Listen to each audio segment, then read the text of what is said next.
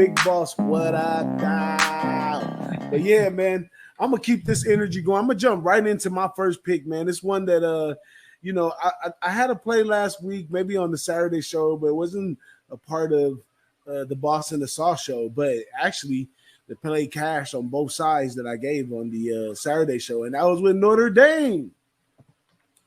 Didn't really want to fall for what they had going on last week with Notre Dame.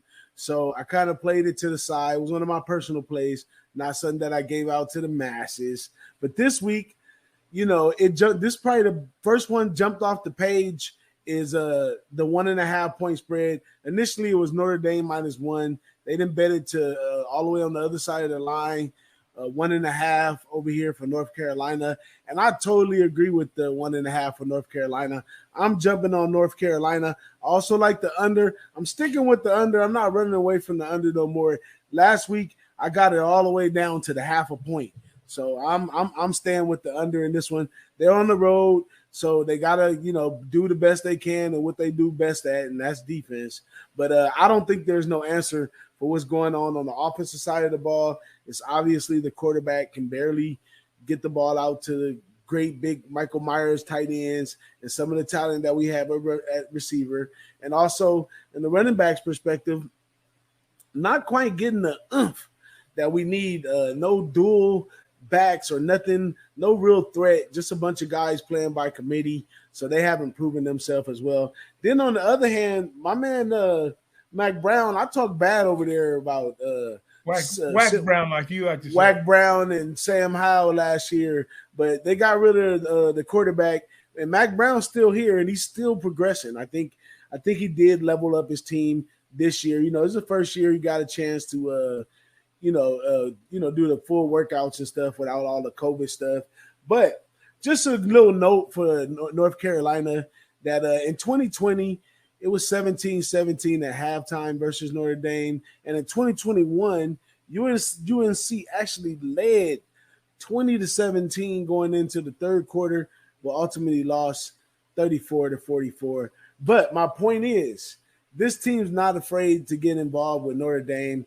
They take this game seriously on all levels, no matter if this was UNC versus Notre Dame in basketball, football, lacrosse, baseball. These guys are going to take this game seriously. And at this point, North Carolina is basically the better team at what they do. Notre Dame is a little upside down, scoring 18 points a game, giving up 21 points a game.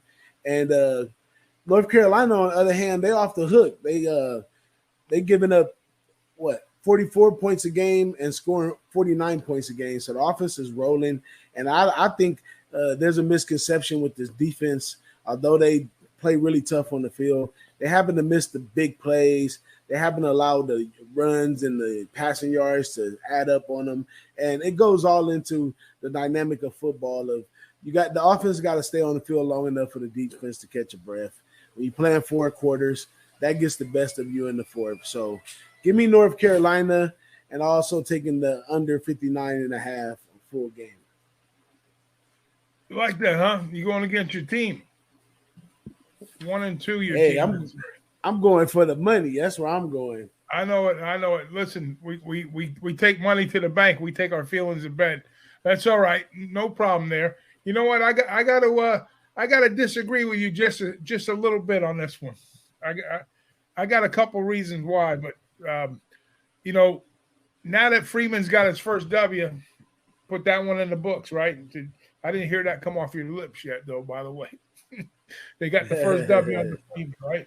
They took the upset against Marshall, and they came out of the game with Notre Dame. I mean, with Ohio State game 1. That was a tough game for them. They had the lead in the first half, 10-0. So they stepped up against a quality opponent, and I measure this game one of two ways. I look at the Ohio State game, then I look at the Marshall game, and I say that was a tough beat for them. But after they come off their win last week, what's the linebacker's name? Bertrand. He got tossed for like a targeting call, which I think he's probably one of the better players in that game.